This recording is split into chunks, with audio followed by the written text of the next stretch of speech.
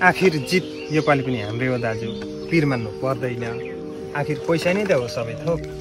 यो भिड छ नि, यो भिड सब मान्छे होइन नि, सब भेडा हो भेडा। तपाईँ निर्धक्क भयो हुन्छ, जित योपालि पनि हाम्रै हो। तेरो कुरा पनि दम त छ केटा, तर ख्याल होइन नि, योपालि मन्त्री चाहिँ आउँदै हुनुहुन्छ। 10,000 जनसभा भेला पार्ने तयारी गर्दै हो। मासु भात तेल पानीको चिन्ता नगर, तेरो यहाँ दाइको इज्जतको सवाल छ। पिर नमानोस् न अध्यक्षज्यू, सिट पनि हाम्रै, जित पनि हाम्रै। आखिर मासु भातमा नलोभिने को चाहिँ छन् र यो हाम्रो गाउँमा। आजको र्याली सकेर भोलि र पर्सि घरदैलो कार्यक्रम सक्नुपर्छ।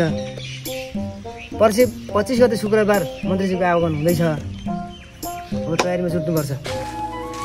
नमस्कार है अन्तरे काका। नमस्कार। हामी त घरदैलो कार्यक्रममा पो आयौँ त। यसपालिको भोट चाहिँ हाम्रो पार्टीको चुनाव चिन्ह साँढैमै लाउनुपर्छ है काका। हुन्छ। योपालि तपाईँको खेतबारीमा ठुलो पानी पक्का, फेरि योपालि बिर्जा भत्ता नि त बढाउनु पर्यो नि त काका। ए हुन्छ नि, हाम्रो भोट त सधैँ तपाईँहरू लाने हो। बरु यसो सुटुक्कै 2टा मोटर जति चाहिँ मेरो नाममा पारिदिनु पर्यो वडा रिक्सा साहब। भइहाल्छ नि काका, चिन्ता लिनु पर्दैन त्यो विषयमा। बरु यसो चुनावको दिन चन्द्रको घर पछाडि शान्तिबिन्दीको व्यवस्था छ, यसो निस्केर चाहिँ आउनुपर्छ है। हुन्छ। नमस्कार है आमा, सन्चै हुनुहुन्छ? योपालि पनि अब हामीलाई नै भोट दिनु पर्यो। साँढेमा साँढे चिन्हमा साँढे चिन्हमा भोट दिनु पर्यो यसपालि नि हामीलाई। अब आउने पालि यो तपाईँको घर आउने बाटो छैन, पिच हुँदैछ अब। ल भोट चाहिँ हामीलाई दिनु पर्यो है बोजू। होइन तिनीहरू किन आएको अरे हौ बोजू? भोट माग्नु अरे, भोट माग्छ नि, भोट दिनु नि। बजेट आयो, उनीहरूको हुँदो मात्रै गर्छ, जनताको हुँदो हेर्दैन, गरिब दुखीले हेर्दैन। बाटो बनाउँछौँ भन्छ, बाटो बनाउँछौँ मुखैले मात्रै बनाउँछ, बनाउँदैन। त्यही कारणले त यिनीहरूलाई भोट दिनु हुँदैन। पोहोर पनि त बाटो बनाउँछु त भनेको नि, खोइ अहिलेसम्म जस्ताको होइन। बजेट आएको जति उनीहरू घर बनाउनु, जग्गा किन्नु, उनीहरूको हुँदो मात्रै हुँदो रहेछ, खोइ बाटो देखाएन त। लुकेटा भोलि हाम्रो मन्त्रीज्यूको स्वागत कार्यक्रम छ, तिमीहरू सबैजना आउनु पर्यो। 8-10 हजार गडेङगुडुङ सबैलाई लिएर आउने। नमस्कार सम्पूर्णमा।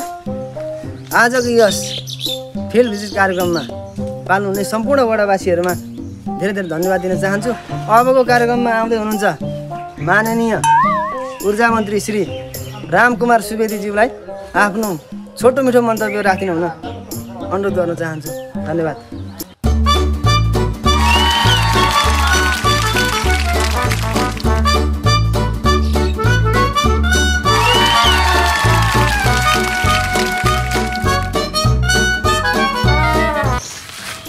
नमस्कार सम्पूर्णमा। नमस्कार। बुवा तथा दिदीबहिनीहरू, सम्पूर्ण मेरा वार्डवासी, क्षेत्र नम्बर 3 का सम्पूर्ण जनताप्रति मेरो साधारण नमस्कार छ। म के भन्न चाहन्छु भने म यसपालि तपाईँहरूको घर घर आँगनमा आउन पाइनँ, त्यसको लागि म क्षमा प्रार्थी छु। यसपालि मेरो पक्षबाट मेरो आदरणीय भाइ छत्रजी वार्ड अध्यक्षको चुनाव लड्दै हुनुहुन्छ। यसपालि हाम्रो लक्ष्य भनेको यो राजगढदेखि 4-5 सडक खण्ड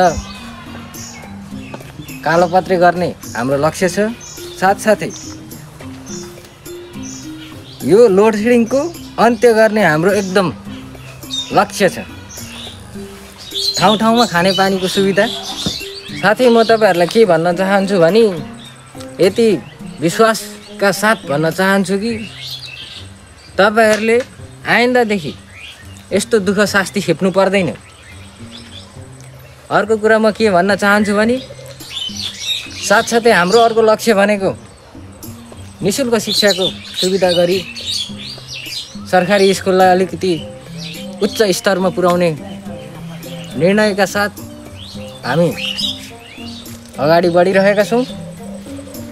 साथै बेरोजगार युवाहरूलाई रोजगारीको सिलसिलामा ल्याउने निकै कार्यक्रमहरू सञ्चालन गर्ने प्रतिबद्धताका साथ हामी तपाईँहरूलाई निराश बनाउँदैनौँ। यसपालि हाम्रो पार्टी जनता समाजवादी पार्टीलाई अत्याधिक भोट दिनुहुन्छ भन्ने हामीले विश्वास राखेका छौँ। साथै अरू त म केही भन्न चाहदिनँ। जनताले यो दुःख खेपेको देख्दाखेरि मलाई साह्रै दुःख लागेर आउँछ। यो पालि हाम्रो क्षेत्रबाट तपाईँहरूले हामीलाई अत्याधिक मतका साथ विजयी गराउनुहुन्छ भन्ने मलाई पूर्ण आशा छ। यति भन्दै म हजुरहरूको माझबाट निस्किन्छु। हस् त, धन्यवाद।